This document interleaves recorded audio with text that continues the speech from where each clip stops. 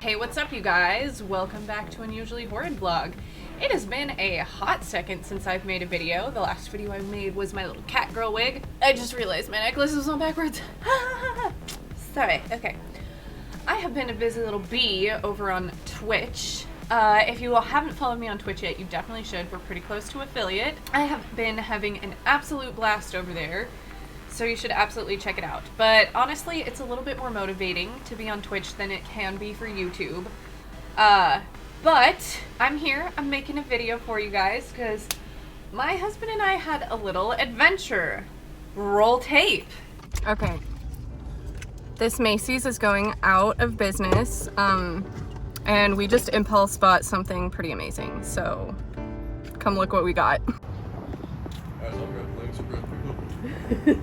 No.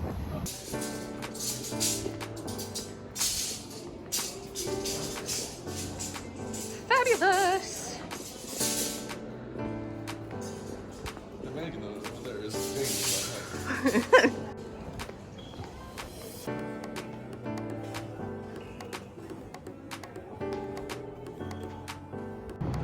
We got mannequins. Alright, so as you can see by those clips, we got ourselves some mannequins. Let's just say my doll collection has gotten a little bit out of control. So, yeah, I got the legs. I'm using them as a plant stand. Let me show you that. Okay, so I have styled the legs in some shorts that don't fit me and some very worn out fishnets, and I decided to turn it into a little plant holder, because like what else am I supposed to do with this? And it had like the perfect like flat top, so you know, why not add it to my little jungle. Let's go check out what the other mannequin is wearing. Okay, so right now I've got her in this skirt. Pardon my dead flowers over there. I've got her in this corduroy skirt and this cute like zip up crop top that I actually got from the same store I got her from. But yeah, she's super cute in her little spring outfit. She's got a Pascal necklace because I never wear it, but I love this necklace, so I wanted it to get some attention. And I don't like the way this necklace looks on me, but I think it looks very cute on her. So we've named her Diane, but when you pop off her arm, so if you look inside her arm, you will see that her name is actually Birdie, or at least her design model is called Birdie. So I absolutely love that piece. I feel like it's like quintessential, unusually horrid, like interior decorating to have a pair of legs with like stripes and fishnets being a plant stand. Like, it's so me, and I just absolutely adore it. So here's the thing though. I've been putting off making this video because, like I said, Twitch has been very distracting in a good way.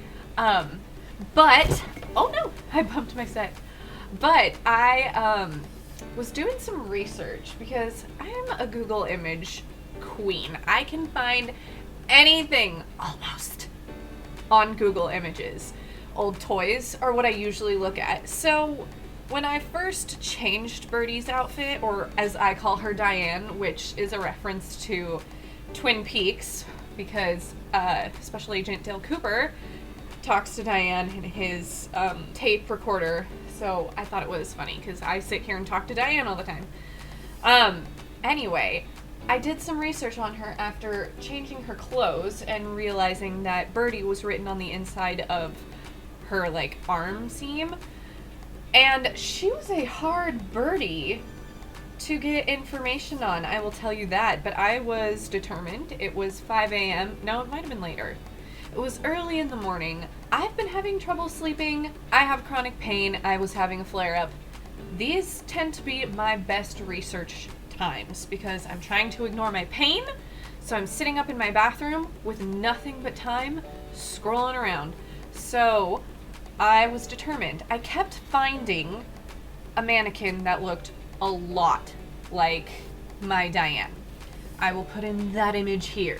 I kept coming up against this image, which is pretty much the exact same body model, and the face is the same, but the hair was all wrong. So I was like, that's close, but I want to find out the origins of like my mannequin, the one that I have.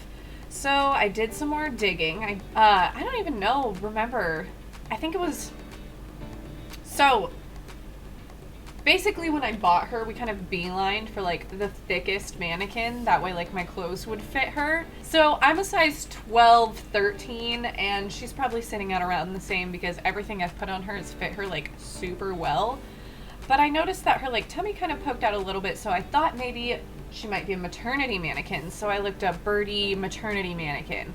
And I finally found, I think it was a Pinterest article, but I finally found an image of her. So I was like, oh, maybe she is a maternity mannequin. So I clicked on it and I found it was an article by, I will put in their name here in post. And they were talking about like mannequins of history or something. There was some sort of mannequin exhibit. And in that, I found out that Miss Diane is a little bit famous. Indeed. Indeed, she's a little bit famous. So if you're like me, hopefully you are, you maybe love fashion, perhaps. I may not always dress like I love fashion, but like, I love fashion. I grew up pretty much plastering my walls with Teen Vogue pictures. And if you know about fashion, you know fashion is not, it's better now, but it hasn't always been something that's like size inclusive. My cat is like flipping around in the background, so if you hear strange noises in the background, it's just my cat. Anyway, so unfortunately the fashion industry hasn't always been known for being size inclusive, and it took a long time for maybe society to be comfortable, I guess, enough with plus size mannequins. And my lovely girl, Miss Birdie Diane, was, or is considered to be, so her model is considered to be the first high-end plus-size mannequin. And I had absolutely no idea when I bought her that she was like a part of fashion history, and not just fashion history, but like plus-size fashion history. Granted, she's only a size 12 or 13, so as far as plus size goes, she's on the small end. However, it was great strides, but she actually dubed. I'm looking over here because that's where she is. So if you're like, why are you like looking over there? I keep looking at Diane. Maybe I should have put her in the back. Here, I'm gonna go grab her so she can be part of the conversation. Bear with me a moment, would you? Oh, all you can really see are her legs. That's kind of funny. Let me just like pop behind the camera for a second and I'll just show you guys. Yeah, she's a tall drink of water, isn't she? Yeah, we love her. Okay. Anyway. Okay. Yep, so Miss Diane is here with us now. So, yeah, she is considered to be the first high-end plus-size mannequin. Now, we got her at a Macy's that was closing down, and she was designed by an artist named Ruben Toledo for another art. He designed her for a like sculpture artist named, oh no, I need to go grab my phone because I can't remember anyone's names. Ralph Pucci is who she was designed for, but she was designed by Ruben Toledo, who you should look up some of his work. His wife was a fashion designer, so obviously he was fashion influenced, which is pretty cool. He has a couple books himself that are like really about like the art of fashion. He's somebody I feel like is definitely worth looking into. I couldn't find too much when I Googled him, but obviously now I have an appreciation for him because I have my new friend, Diane, my new best friend, the co-host of Unusually Horrid now. And yeah, you should look him up, but she has a couple siblings for this same, like, there were like other mannequins obviously for like the same project, and the one I kept finding was actually Birdie number 5, which is why they have the same body model and like face. but not the same hair. Yeah, so for that line, there was like a Birdie 3, who is right here. Miss Diane is Birdie Diane Toledo. Of course, you know, her name's taken after what I named her, what her designer named her, and then her designer's last name. But yeah, so then we have Birdie 3, who has like the curly Q hair, which I have to give her credit because she was like the main like image that I found in my Google image search hunt that I kept going, this is so close. I know if I just keep going with this one, I can find her. And I did. Yeah, so I think there was a couple more siblings. So there was Birdie 3, Tilly, Birdie 5, Paloma, who's like a really skinny one. And then there's Birdie 2 again, and Paloma 4. Yeah, so there was like a couple in this group. It actually looks like Diane or Birdie is the one with like the most hair. Yeah, like the most hair compared to her sisters. But yeah, we got really lucky. When we were like mannequin shopping, I guess, which honestly I kind of got overstimulated and went a little out of my mind when we saw that Macy's was closing and we could get all of like the fixtures, and I was like, there's so much stuff that we could choose from. And then I saw the mannequins and I was like, I want a mannequin. So then I was going around looking at them. She wasn't like the first one I saw. She wasn't like, it wasn't like a love at first sight, like, oh my god, we need her. I was like looking for mannequins while we were there, and there were 2 of her, so only 2 of her model left, and one of them had like a really bad crack on it.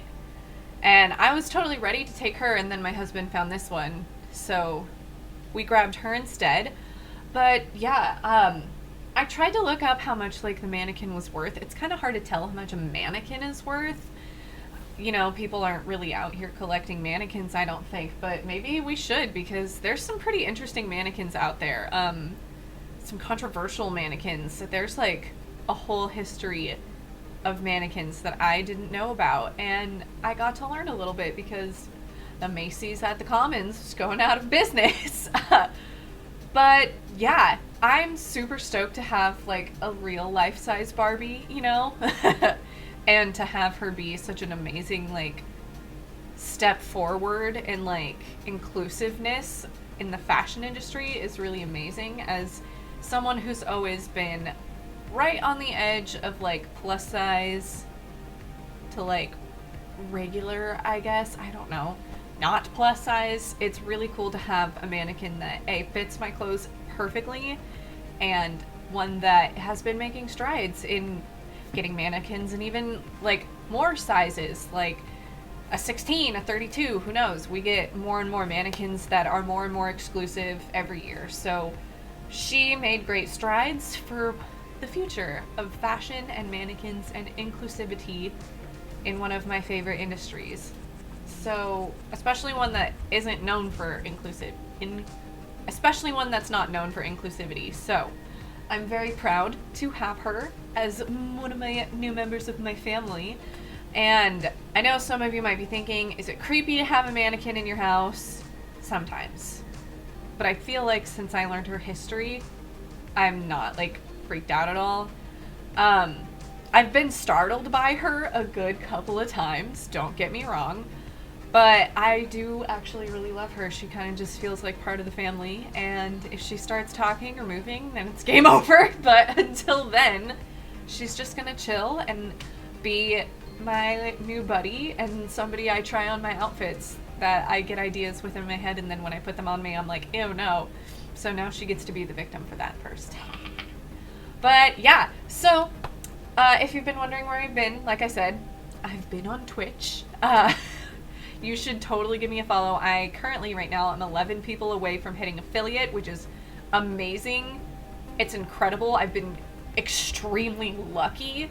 I've met some amazing people on that platform so far, and I'm very lucky, especially after like almost about a year of putting in a lot of dedication to this channel. And I'm very lucky for the growth that I have seen. And I'm not complaining about like my subscriber count or anything, but what I wanted out of my YouTube was to gain more of a community feeling. And I feel like I have that in a certain sense. I definitely know I do, because I know that there's people out there who support me. But when it comes to like instant gratification of feeling like you have a community, Twitch is amazing and very motivating because of that. So if you're into video games at all and you're subscribed, please check out my Twitch. I have a lot of fun there. You'll see my face way more often than you will here. But yeah, thank you so much for watching this video. If you have a mannequin in your house, let me know. I want to know if I'm the only one. Probably not. But yeah, I'm super into this. I'm like hoping it doesn't start like an addiction of me buying mannequin pieces. It's already bad enough I have all these mannequin heads left over from beauty school, but who knows? We'll see. Maybe I'll have the world's biggest mannequin collection someday. Only time will tell. Anyway, thank you so much for watching this video. If you haven't subscribed yet, now would be a great time to. Check out my socials in my bio, and have a good day, have a good night, have a good life. Me and Diane are gonna go kick it and watch some Malcolm in the Middle. Okay, bye!